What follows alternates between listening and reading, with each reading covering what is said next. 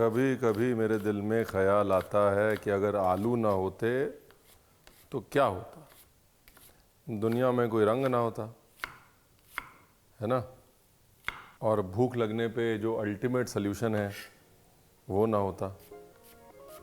तो जी नमस्कार, मैं हूँ आलू बरार। आपको आज आलू की ऐसी लखनवी आइटम दिखा रहे हैं कि आपका दिल हो जाएगा बेकरार और आप बनाएंगे बार बार। अगर इससे अच्छी आलू की रेसिपी आपने खाई होगी या बनाई होगी तो मुझे मुड़वा दो। नाम है इसका आलू बेकरार।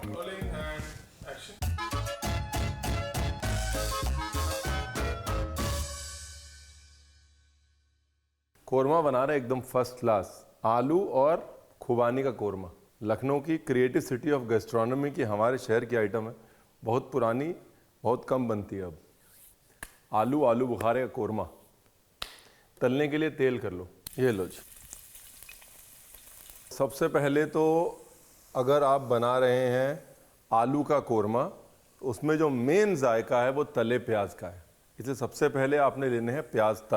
तलना मतलब प्याज को करना है ब्राउन, और साथ में रेडी रखना है दही, और दही में सारे मसाले मिला के डाल के तैयार रहना है। लेकिन मेन मोनोपोली है हल्दी, धनिया पाउडर और थोड़ा सा जीरा पाउडर। खड़े मसालों में छोटी इलायची, वहीं ले आता हूँ, नहीं तो कैमरे पे चीज़ नहीं दिखती, आपको लगता है मैंने कुछ और डाल दिया। ये लो जी, छोटी इलायची एक जेब में रख लेता हूँ। मम्मी कहती हैं छोटी इलायची जेब में रखनी चाहिए, गुड लक होता है।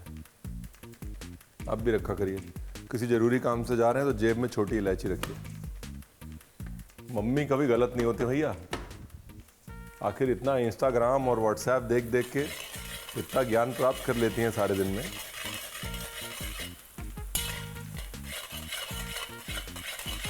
आजकल हम बाहर निकलते हैं तो ऐसा पॉसिबल नहीं है कि जेब में हाथ डालें तो किसी ना किसी जेब से एक आधी इलायची ना निकले। आजकल इलायची फीवर चल रहा है घर में कि इलायची is equal to good luck, डाल दो। वैसे ये पुराने टाइम से ही है, हमारी दादियों, नानियों, मम्मियों को सारे आंसर किचन से ही मिलते थे। गुड लक के लिए भी किचन में ही जाओ, बुरी नज़र किचन, तबीयत खराब किचन, सब कुछ किचन। हमने कभी सीरियसली लिया ही नहीं उस चीज़ को। अब ये है जी आलू। आलू को ऐसे लंबा लंबा काटना है, देखिए 1/4। ऐसे बड़े और लंबे आलू, मोनोपोली यही है। तो ये लो जी, अब डाल दी इलायची, ठीक है। जैसे ही थोड़ा लाइट ब्राउन हुआ वैसे डाल दी इलायची, और जैसे ही थोड़ा सा और ब्राउन होगा तुरंत में, बगैर समय बर्बाद किए हुए दही डालेंगे, अपना दही। उससे पहले दही के अंदर डालते हैं जिंजर गार्लिक पेस्ट, जो हम भूल गए थे। ये बड़ा इंपॉर्टेंट था, ये जो मैंने किया है ना, प्याज का तलना इस कोरमे की मोनोपोली है। दही कच्चा, ऊपर से अदरक लहसुन पेस्ट कच्चा, ऊपर से हल्दी कच्ची, इलायची खा रहा हूँ ना गुड लक के लिए, ऊपर से धनिया कच्चा। जब इतना कुछ कच्चा है तो उसको पकने में वक्त लगेगा, तो जल्दी ना करें, ठीक है। और तेल आ गया आलू तलने के लिए। अच्छा, एक और चीज़ है, ये जो है नॉनवेज कोरमों की तरह, ये जो वेज कोरमे हैं इनको ऐसा हैवी नहीं किया जाता, मतलब बहुत कम होता है कि ऐसा काजू वाजू डाला जाए घरों में। पुराने घरों में कोरमे को गाढ़ा करने के लिए चावल का आटा इस्तेमाल होता है, या फिर जो चावल बनता है उसके ऊपर का माड़, हाँ, वो डालते हैं कोरमे की ग्रेवी में, उससे एक शाइन और गाढ़ापन आता है। तो ये बहुत बड़ी गलतफहमी है लोगों की कि कोरमे में हमेशा काजू, बादाम और गाढ़ापन जो है हमेशा उसी का होता है। चावल का माड़ जो है पुराने घरों में अक्सर यूज़ होता था कोरमा गाढ़ा करने के लिए। और वो कुछ लोग तो ये भी कहते हैं कि तार कोरमे का तार वगैरह जो है वो ऐसे ही चावल और बेसन के माड़ से आता था। दही जो है वो फट रहा है, जैसा मैंने कहा पीलेपन में ज़्यादा होगा, तो हल्दी अपना रंग दिखा रही है। हाँ, अदरक लहसुन पेस्ट पक रहा है, वेरी नाइस। ये लो जी, भुनाई पूरी हो गई, देखो दही पक गया, अदरक लहसुन पक गया, मसाले पक गए, खुशबू एकदम मस्त हो गई। अब पानी, नमक और आलू हो रहा है जी साथ साथ फ्राई। हाँ, थोड़ा सा मैं पानी जैसे निकाल रहा हूँ ना, निकाल लीजिएगा, नहीं तो छींटे पड़ेंगे, फिर हाथ जल जाएगा और आप कहेंगे रणवीर आपने बताया नहीं। रणवीर ने बताया था, तेल और पानी का, खासतौर गरम तेल और पानी का कोई मिलन नहीं। कोरमा अगर आप बना रहे हैं और वो तले आलू का कोरमा नहीं है तो फिर वो आलू के कोरमे में क्वालिफाई नहीं होता। सालन बनाएं आलू का कोरमा बनाएं, कोई भी ग्रेवी बनाएं आलू की, वो बनेगी तले आलू से। और इसमें डाल देते हैं खुबानी, आलू में नहीं ग्रेवी में, येलो एप्रिकॉट 1/2 हाथ से तोड़ के डाल दीजिए, फ्लेवर आ जाएगा। मस्त हो रहा है जी, मस्त। तेल मीडियम, क्योंकि आलू कच्चा था ना, तो आप चाहते हैं कि आलू पके और ऊपर से क्रिस्पी हो, तो तेल मीडियम। तेल अगर ठंडा होगा तो आलू जो है वो तेल पी जाएगा, तेल गर्म होगा तो आलू कच्चा रह जाएगा। दोनों केसेस में आपका फ़ायदा नहीं होगा, सिर्फ आलू का फ़ायदा होगा। ठीक है, अब आ जाओ जी ग्रेवी पे। देखो अभी तो अपने आप से गाढ़ी हो रही है ग्रेवी, क्यों? क्योंकि दही है गाढ़ा करने के लिए और फ्राई किया हुआ प्याज है गाढ़ा करने के लिए। ये है जी चावल का आटा, ये है थोड़ा घी और ये है पानी।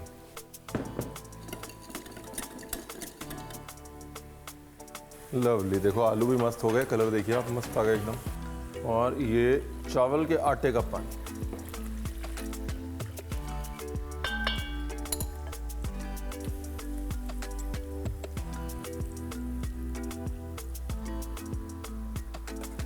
ब्यूटीफुल, ये हो गए तले आलू। कोई बात नहीं, चलो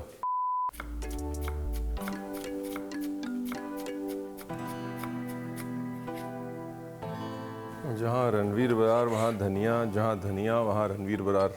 ये चीज़ तो चेंज नहीं हो सकती दोस्त। अभी देखिए ये जो गाढ़ापन है, क्या मस्त गाढ़ापन है, एकदम फर्स्ट क्लास, न ज़्यादा न कम।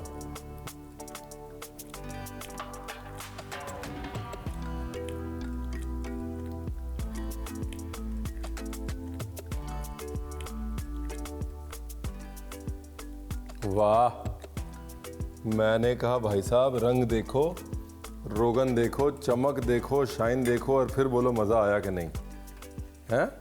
आलू जो है देखो फर्स्ट क्लास पका है। अभी मेन जो मकसद है यहाँ पे आलू को तलने का, वो ये है कि जब आप तलते हैं तो आलू के अंदर जगह बनती है और उस जगह में धीरे धीरे ग्रेवी और फ्लेवर्स जाते हैं। अगर आप आलू बॉयल कर देंगे तो ऑलरेडी पानी जो है वो आलू के अंदर चला जाएगा, तो फिर ग्रेवी जाने की जगह नहीं रहेगी।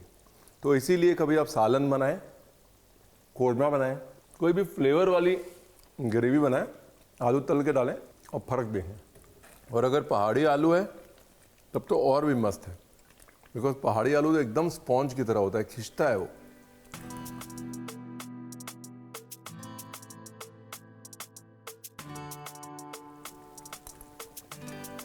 अमेजिंग।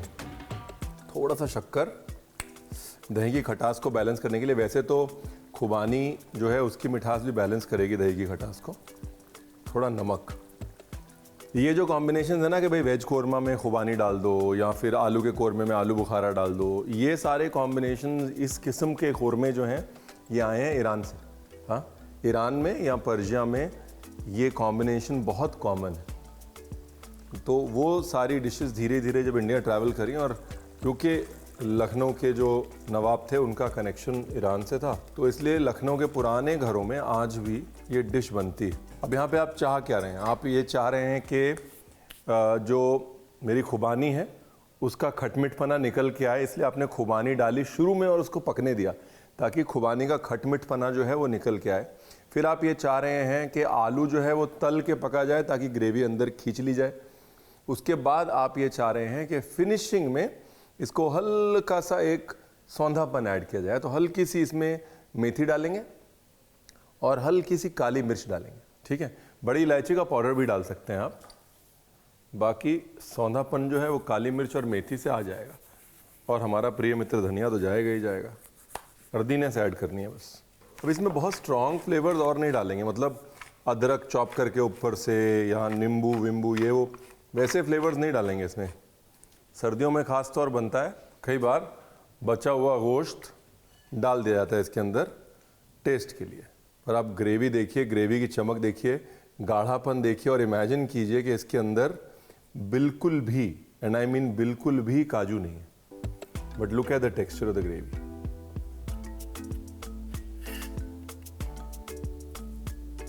वाह। और भाई साहब ढक्कन लगने के बाद पड़े पड़े जो इसमें मज़ा आएगा ना, कोई मुकाबला ही नहीं है उसका। ऐसा लग रहा है ना कि मच्छी के टुकड़े हैं एकदम। क्या मस्त आइटम देख लिया आपने आज।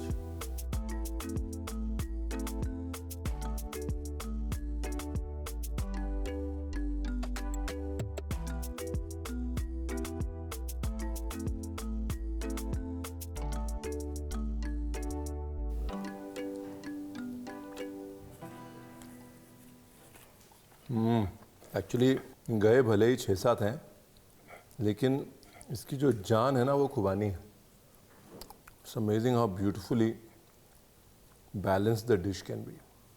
क्योंकि ड्राई फ्रूट नहीं गया है तो इसलिए ग्रेवी बहुत हल्की है। वो जो माड़ से गाढ़ा किया है चावल के आटे से, ये तो certain lightness to the gravy.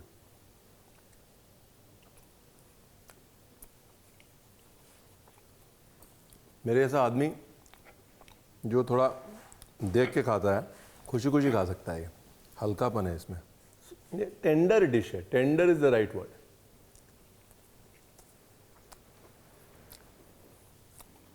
बाकी गॉड इज ग्रेट।